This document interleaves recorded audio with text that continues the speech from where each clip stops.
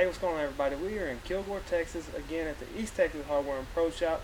You're going to hear a lot of background noise. It's raining, nasty day, the perfect day to go to the bow shop and do some bow reviews. And if you haven't seen any of the bow reviews we've done so far, link in the description below will have some links to some videos. And don't forget to subscribe whenever you're down there. Remember, 1,000 subscribers, we give away a thermal hog hunt for you and a buddy. Expenses paid. Come down here and hunt with us and have a big time. We'll get on a lot of pigs and you will enjoy it. So just don't forget to subscribe. So today we're going to take a look at the Hoyt Axius Ultra.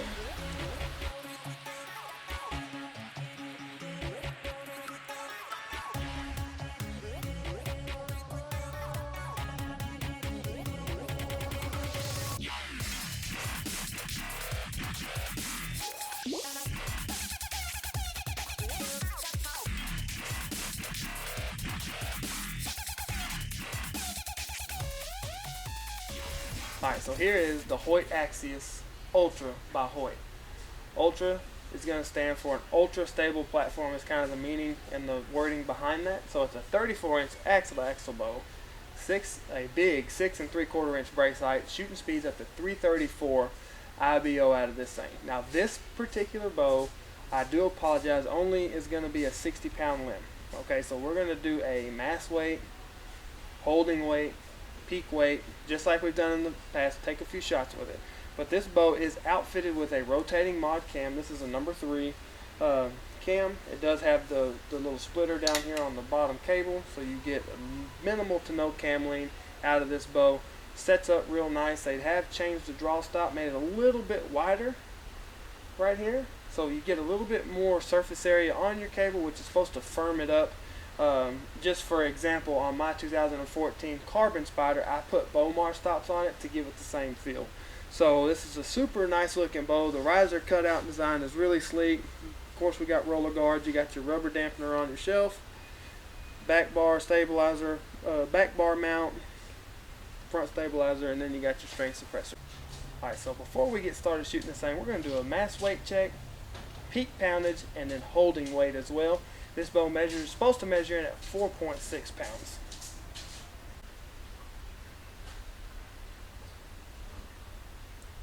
.9 pounds is what this bow is tested at or measuring right now, and all it has is a hostage octane rest.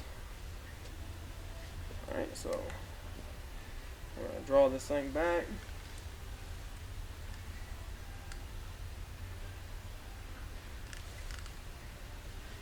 .5 pounds, holding 10. Now that we got those measurements, we're going to do some shooting. We're going to talk about the draw cycle, the transition from peak weight into the valley to the back wall, how easy this bow let down, and the overall feel at the shot with this bow. Remember, it is a 60-pound bow, set to 30 inches.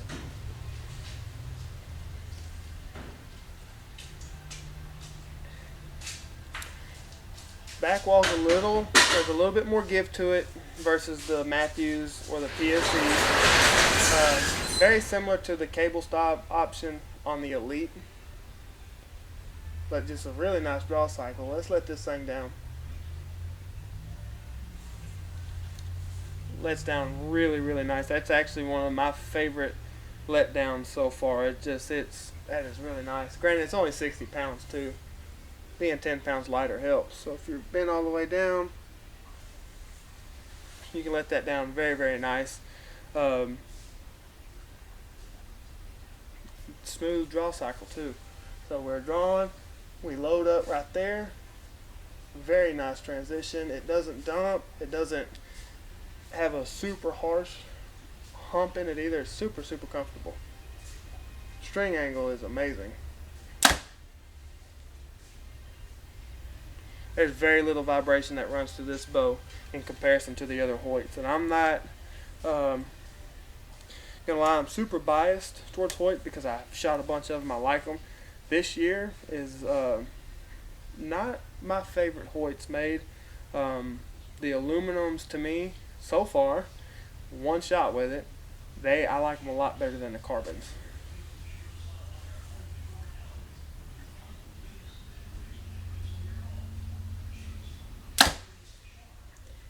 Yeah, that's a nice shooting bow. That is so much better than the regular Axius or the Alpha. Or the Hoyt RX4 Ultra was a nice shooting bow too, but this is even way better.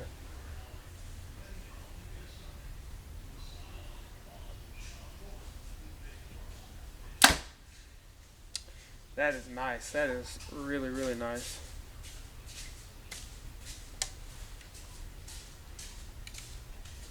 I'm going to shoot this heavier with it, see what kind of vibration it takes out.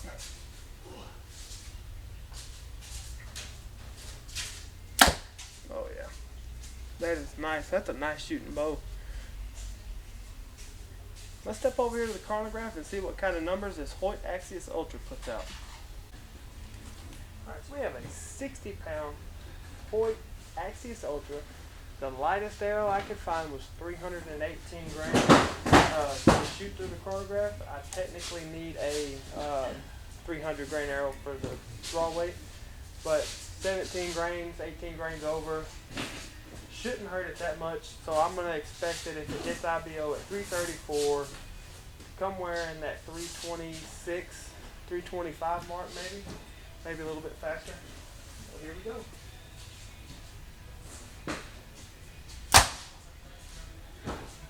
.318. Alright, so we got a 418 grain arrow to shoot next. We're going to just go back with the same arrows we've been doing all the tests with. This is 100 grains heavier than that light arrow.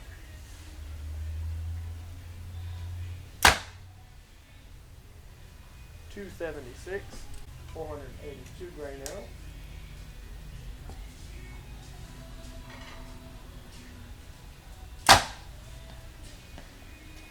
.260, 515 grain arrow.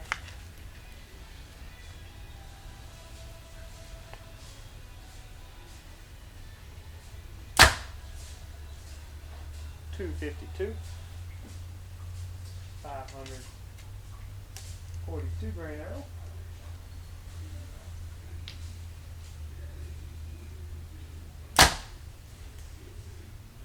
.247. Now the 578 grainer.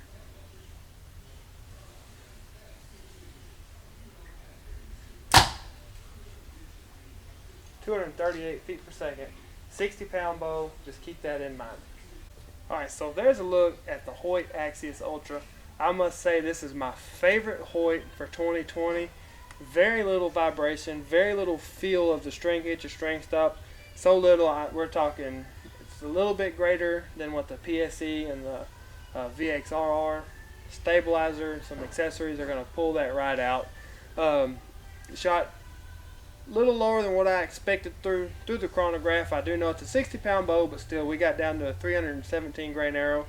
One plus that I think all the Hoyts have over every bow company right now that has an overmolded grip is they have the best feeling overmold that you can get right now on a stock bow. It's got a really narrow throat and it's pretty square right there, which just feels really, really good. But overall, it's night and day difference between the other Hoyts. How much better this one shoots and even performs.